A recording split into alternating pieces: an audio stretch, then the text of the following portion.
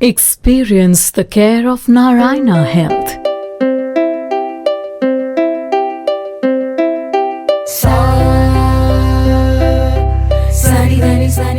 हाय दोस्तों, welcome to Narayana health. और आज दूसरे एपिसोड में लेट्स टॉक हेल्थ में 5 मिनट 5 क्वेश्चंस हमारे कुछ डॉक्टर्स के साथ जो आपके बेसिक कॉमन जो आपके इश्यूज़ हैं उनके बारे में हम बात करते हैं। जैसा आपको पता है, पिछली बार हमारी एपिसोड 1 में हमने एंडोक्रिनोलॉजिस्ट डॉक्टर ब्रार से बात की और आज हमारे साथ दिल की बातें करने के लिए हमारे नॉर्थ रीजन के जो कार्डियोलॉजी डिपार्टमेंट के हेड हैं डॉक्टर प्रोफेसर हेमंत मदान हमारे साथ हैं। डॉक्टर मदान पूरे नॉर्थ रीजन को देखते हैं और इसके पहले कि हम उनसे 5 सवाल आपकी हेल्थ के और हमारी हेल्थ के बारे में पूछें, हम चाहेंगे कि वो खुद अपने बारे में कुछ बताएं। Doctor Madan, welcome to the show. Thank you, Commander Bali. Friends, as Commander Bali introduced me, I am Dr. Hemant Madan, and I am the Regional Director of North India in Cardiology. I look after 3 hospitals, that is our hospital in Gurgaon, 1 hospital in Dharamshila and 1 in Katra hospital. And as I introduce myself in many gatherings, I do adult cardiology, but the passion lies with pediatric cardiology. So with that introduction, I'd request Commander Bali to go ahead with the session. Thank you very much. दिल की बातें कर रहे हैं doctor Madan और ये बातें हमारे सबके दिल के बहुत करीब हैं। सबसे पहले जैसे हमने कहा कि हम प्रिवेंशन के ऊपर और वेलनेस के ऊपर बात करना चाहेंगे।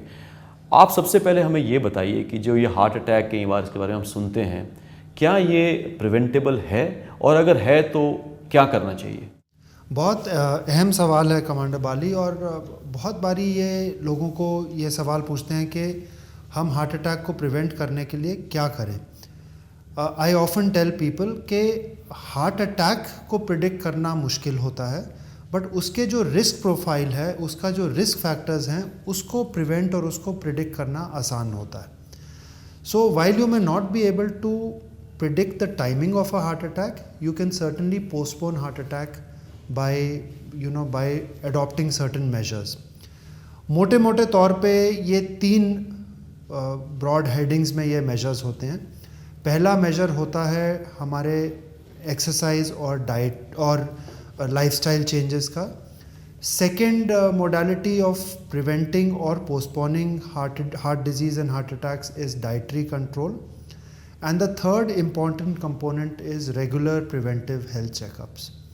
तो ये 3 पिलर्स हैं जिसके ऊपर हमारा प्रिवेंशन ऑफ हार्ट अटैक निर्भर करता है। But I want to emphasise again कि ये जो है ये हमारी हार्ट डिजीज़ को प्रिवेंट करता है। As such predictive models for heart attack are not very accurate. Okay, so दोस्तों, जैसे डॉक्टर हेमंत मदान ने कहा, प्रिवेंटिव एक जो स्टेप्स आप लें तो हम इसके ऊपर थोड़ा सा और ज़्यादा ध्यान दे सकते हैं। इसके बारे में आगे बात करेंगे। सो डॉक्टर मदान, एक बात बताइए, जैसे कॉमन जो हमारे भाई बहन हैं उनको ये कैसे पता चले कि there is something amiss with their heart? कुछ ऐसे सिम्टम्स होते हैं कुछ, या उनको ऐसा लगता है, how do they know that they should come and seek an appointment of a cardiologist? Again, something which is very pertinent. इसके भी 2 पहलू हैं। पहला पहलू है कि बैकग्राउंड रिस्क कैसा है। अगर हम सोसाइटी में चेक करें तो हर एक इंसान का अलग अलग बैकग्राउंड रिस्क है। There are some people who are very healthy, families healthy हैं, कोई डायबिटीज़ नहीं है, कोई हाइपरटेंशन नहीं है। इनका एक अलग रिस्क प्रोफाइल है। दूसरी तरफ है ऐसी फैमिली जिसमें प्रीमेच्योर हार्ट डिजीज़ की हिस्ट्री है, खुद डायबिटिक हैं, स्मोकर हैं, डोंट एक्सरसाइज। ये नेचुरली ये रिस्क प्रोफाइल दूसरे एक्सट्रीम का है। कैसे डायग्नोज करें हम हार्ट डिजीज़? हार्ट के प्रेडोमिनेंटली 4 कार्डिनल सिम्टम्स होते हैं। हार्ट की बीमारी के 4 कार्डिनल सिम्टम्स होते हैं। पहला होता है चेस्ट पेन, दूसरा होता है सांस फूलना, तीसरा होता है फैटीग और चौथा होता है चक्कर आना या सिंकपी हमारी लैंग्वेज में कहते हैं। अर्ली फेंटिंग और प्री फेंटिंग, ये 4 कार्डिनल सिम्टम्स हैं based on which heart disease is diagnosed. But having said that, हर सिम्टम के अलग अलग क्वालिफाइंग क्राइटेरिया होते हैं। They are not so simplistic. Therefore we need to be very careful when we take a history. अगर ये चारों cardinal symptoms में से कोई भी सिम्टम है तो ज़रूर कार्डियोलॉजिस्ट को कंसल्ट करना ज़रूरी है। Thank you so much. I think बहुत बहुत शुक्रिया ये बताने का। दोस्तों, अगर क्योंकि ये हमने कहा कि कुछ क्वेश्चंस ही हम इस शो में आंसर करते हैं, अगर आपको डॉक्टर मदान से अपॉइंटमेंट लेनी है या उनसे बात करना है तो आप www.narayanahealth.org जो हमारी वेबसाइट है उस पर जाके हमारे डॉक्टर मदान से अपॉइंटमेंट ले सकते हैं। और मेरी ऑल्सो ये रिक्वेस्ट है कि जो हमारा NH केयर ऐप है जिसका QR कोड अभी आप स्क्रीन के ऊपर देख रहे हैं उसको डाउनलोड कीजिए। उसके थ्रू भी आप डॉक्टर हेमंत मदान से अपॉइंटमेंट लेके अगर आपको लगता है कुछ ऐसे सिम्टम्स हैं तो आप आके उनसे मिल सकते हैं और कुछ ज़्यादा बातें खुल के उनसे कर सकते हैं, कुछ टेस्ट वो जो प्रिस्क्राइब करें वो कर सकते हैं। डॉक्टर साहब आगे चलते हैं। हमने प्रिवेंशन की बात कर ली, आपने सिम्टम्स के बारे में बता दिया। चलो खुदा ना खास्ता किसी को ये हम डायग्नोज आप करते हो कि उसकी हार्ट में ब्लॉकेज है या कुछ है, तो ये जो हम सुनते रहते हैं स्टेंट्स डाल देते हैं और या आप कुछ ऐसे प्रोसीजर्स करते हैं, तो क्या आप उसके बारे में बताएंगे कॉमन लेमैन को कि वो क्या प्रोसीजर आप करते हो कैथ लैब के अंदर, और अगर वो प्रोसीजर हो जाए तो पोस्ट प्रोसीजर क्या कुछ खान पान में, एक्सरसाइज में या कुछ लाइफस्टाइल में चेंजेस होनी ज़रूरी? जी। अगेन बहुत एक इम्पॉर्टेंट मुद्दा है। आजकल स्टेंट्स के प्रति बहुत एक किस्म से सोसाइटी की इंक्विजिटिवनेस, क्यूरियोसिटी रहती है कि ये स्टेंट्स क्या चीज़ हैं। तो इसको मैं थोड़ा सा इस सिचुएशन को पहले लेके जाना चाहूँगा। जब हम कहते हैं कि हार्ट अटैक आया इंसान को या एंजाइना हुआ, तो उसका मेन कारण क्या है? उसका मेन कारण है हार्ट की नसों में रुकावट आना, जो कि यूजुअली फैट या कोलेस्ट्रॉल का डिपॉजिट होती है, बट उसमें और बहुत सारे कंपोनेंट्स होते हैं। कैल्शियम हो सकता है, ब्लड क्लॉट हो सकता है। कुल मिला के हार्ट की नसों में रुकावट आने की वजह से हार्ट अटैक होता है या एंजाइना होता है। अब नेचुरली अगर ब्लॉकेज है तो इसको खोल कैसे सकते हैं? इसको खोलने के 3 तरीके होते हैं। एक होता है कि हम दवाइयाँ दें जिससे कि वो ब्लॉकेजेस घुल जाएं और खुल सकें। ये यूजुअली एक्यूट स्टेज में ही काम करती है। क्लॉट को ही डिज़ोल्व कर सकती है, फैट को डिज़ोल्व नहीं कर सकती, कैल्शियम को डिज़ोल्व नहीं कर सकती। दूसरा तरीका है कि हम उसको मैकेनिकली बैलून के द्वारा उसको खोलें, और खोलने के बाद उसके अंदर एक ऐसा मेटल स्प्रिंग लाइक स्ट्रक्चर होता है जिसको हमारी लैंग्वेज में स्टेंट कहते हैं। स्टेंट लगाने का मेन कारण ये होता है, पहले अबाउट 20-25 ईयर्स अगो जब स्टेंट्स अवेलेबल नहीं होते थे तो हम बैलूनिंग करके ही आर्टरी को खोलते थे। प्रॉब्लम ये होता था कि आपने खोल दिया, it is an unsupported structure. आपने उसमें अगर स्टेंट या कोई सपोर्ट नहीं लगाया, वो 6 घंटे के बाद, 8 घंटे के बाद, 10 घंटे के बाद दोबारा कोलैप्स हो जाएगी, दोबारा ब्लॉक हो जाएगी, because it is a soft tissue. Stent is nothing but a metal scaffold, it's a metal supporting structure जो बैलूनिंग के बाद उस एरिया को सपोर्ट करके रखता है जिससे कि वो आर्टरी दोबारा कोलैप्स ना हो। This is what stenting is. और हमने पूछा अगर स्टेंट लग गया उसके बाद usually patients are up and about in about 2 to 3 days time. अगर अनकॉम्प्लिकेटेड प्रोसीजर है, हमारे यहाँ पे बहुत बारी हम नेक्स्ट डे डिस्चार्ज कर देते हैं या मैक्सिमम उससे अगले दिन हम डिस्चार्ज कर देते हैं। कोई कॉम्प्लिकेशन है या पेशेंट बहुत लेट आया है या हार्ट का पंपिंग एक्शन कमज़ोर है, तो we may need to keep them for another 2 to 3 days। But there is no incision on the body. These are done through a very thin puncture wound, and इसका generally recovery time is not more than 1 or 2 days. So normal exercise, normal खाना आदमी खा सकता है? Yes. वो खा सकते हैं उसके बाद में। तो आपने आज बहुत क्लियरली जो ये डाउट स्टेंट्स के बारे में रहते हैं, वो ये नाम, ये कॉमन वर्ड है सब में, वो बहुत क्लियर किया। बेसिकली एक मेटल की पाइप, मेटल का स्प्रिंग लाइक होता है। इट इज़ द मतलब एक ही धागे से बना हुआ एक मेटल की स्लॉट होता है। सो आपने सुन लिया, डॉक्टर साहब ने बताया कि जो क्लॉग्ड वेसल्स हैं उनको कैसे स्टेंट डाल के ओपन किया जाता है। Thank you so much. अब एक बहुत ही इंटरेस्टिंग और इम्पॉर्टेंट क्वेश्चन के ऊपर डॉक्टर साहब आपसे कुछ जानना चाहेंगे। कोविड और उसका हार्ट के ऊपर जो इफेक्ट हुआ है, so we all have gone through this pandemic, now we are still into it, पूरी तरह से ख़त्म नहीं हुआ। और many times we have heard that COVID has had a very adverse effect on the cardiac health या heart की health के ऊपर लोगों की. सो डॉक्टर साहब, what has been your experience, I mean as you have treated many patients, and is it a myth या actual में आप देख रहे हो ये होना, और ये क्यों हो रहा है ऐसा? It is certainly not a myth. It is an actual COVID-related heart problems is an actual problem. Second, caveat or condition which I must admit is that not only me, the entire world is still learning. COVID 3 साल होने को आ रहे हैं, but तो भी हम Covid के बारे में, उसकी डिलेड कॉम्प्लिकेशंस के बारे में अभी हमें पता चल रहा है. हैविंग सेड दैट, मोटे मोटे तौर पे 3 तरीके से कोविड हार्ट को अफेक्ट करता है.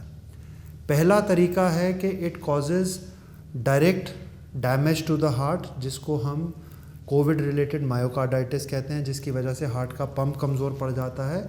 It is like any other form of viral infection of the heart, except के इसमें incidence of heart involvement COVID infection में थोड़ा ज़्यादा है as compared to other viral infections. So that is one, direct involvement of the heart. The second way in which COVID affects the heart is by causing problems in the electrical system of the heart, जिसमें दोनों slow heart rate और fast heart rates दोनों देखने को मिलते हैं. In fact, very recently I put a device for a patient who had both very fast heart rates and then very slow heart rates. For some reason, COVID involves the electrical system of the heart. Nobody knows why. But COVID की वजह से slow heart rates lasting for months as well as fast heart rates both are known. The third major problem with COVID is that it activates the clotting system of the body. जो खून के अंदर एक clot बनने की tendency है वो Covid infection के बाद ज़्यादा हो जाती है, जिसकी वजह से दोनों राइट साइड और लेफ़्ट साइड में क्लॉट्स बनने के चांसेस ज़्यादा होते हैं. जब लेफ़्ट साइड में बनते हैं तो हार्ट अटैक्स होते हैं, राइट साइड में बनते हैं तो there is a condition called pulmonary embolism, उसके इंसिडेंसेस ज़्यादा होते हैं. Okay, so you heard that from Dr. Madan that we are still understanding the effects of COVID. It is still, I would say, उसके ऊपर जो studies चल रही हैं, मे बी आगे आने वाले समय पे हमें कुछ ज़्यादा इसके बारे में पता चले, बट कोविड ज़रूर हार्ट को अफेक्ट करता है, ये बात बहुत सामने आई आज. डॉक्टर साहब, हम शुरू में मैंने आपको कहा था कि इस जो प्रोग्राम का मेन असर लोगों के तरफ ध्यान बटाने का है कि प्रिवेंट कैसे किया जाए. सो प्रिवेंटिव को चेकअप कार्डियक स्पेसिफिक या कौन से ऐसे टेस्ट हैं जो आप सोचते हैं, और कब कब कराना चाहिए, किसको कराने चाहिए? पहली बात तो ये आपको पूछूंगा, और एक और छोटा सा क्वेश्चन उसके बारे में. हमारी जो प्राचीन पद्धतियां हैं, योगा हो गया, मेडिटेशंस हो गए, lot of people say that they have a very positive impact on heart. So उसके बारे में छोटा सा बिफोर वी वाइंड अप मैं चाहूँगा कि आप दोनों बातें बताएं. Preventive health checkups. Well, I have an armed forces background, so I must admit that I am a great supporter of preventive health checkups. In fact, मैं बहुत सारे पेशेंट्स को कहता हूँ कि आप गाड़ी मैकेनिक के पास तब नहीं ले जाते जब वो रुकती है. आप यूजुअली हर 3 महीने, हर 6 महीने में नॉर्मली सर्विसिंग कराते रहते हैं. Preventive health checkups are exactly similar. Don't allow your heart to stop before you go to a cardiologist, but go for a routine checkup. Now, what preventive checkup should be done depends on what I started my conversation with. It will depend on what your overall background is like. Suppose आपके परिवार में heart disease बहुत ज़्यादा common है, आपका खुद का cholesterol आसमान को छू रहा है, आप स्मोकर हैं, डायबिटीज़ हैं, डायबिटिक हैं, naturally your checkup has to be more frequent, it has to be more kind of thorough. दूसरी तरफ है कि आपके परिवार में सब ठीक है, डायबिटिक नहीं है, रोज़ एक्सरसाइज करते हैं, you lead a very healthy lifestyle, आप थोड़े से लिबरल हो सकते हैं प्रिवेंटिव हेल्थ चेकअप में, बट इसका मतलब ये नहीं है आप नहीं कराएंगे. Generally we say that all males above the age of 40 and all females above the age of 45 should enter a cycle of preventive health checkup. Now, what is that cycle? That cycle will depend on your risk profile. It can be once in a year, it can be once in 2 years, it can be once in at most 3 years. But मैं आपको दोबारा ये बात कहना चाहूँगा कि हम अपने सारे अप्लायंसेस की AMC लेके 3-3 महीने में सर्विसिंग कराते हैं, एक अपने शरीर की नहीं कराते. सो ये this point can not be over emphasised that we must get a preventive health checkup done. The second part of your question pertained to yoga and meditation. they all have documented benefits in cardiology.